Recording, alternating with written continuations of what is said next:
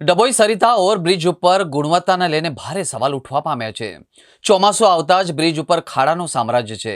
સળિયા દેખાતા અકસ્માતની ભીતિ પણ જોવા મળી રહી છે. હજી બ્રિજની ધીમી કામગીરી ચર્ચાનો વિષય બન્યો છે. વર્ષ 2019માં આ કામ ચાલી રહ્યું છે, પણ હજી સુધી એક જ સાઈડ તૈયાર થઈ છે.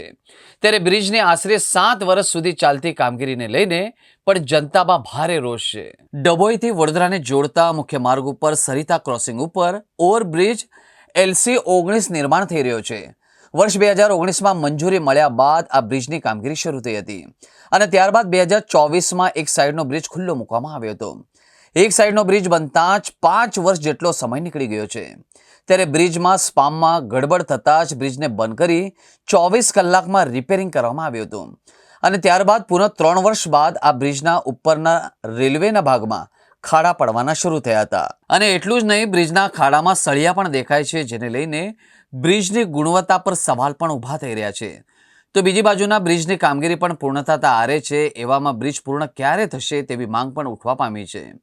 ગુણવત્તાને લઈને ઉઠેલા સવાલના કારણે પણ બ્રિજ વહેલા બને અને ગુણવત્તા ચકાસવામાં આવે તેવી વ્યાપક માંગ પણ ઉઠવા પામી છે.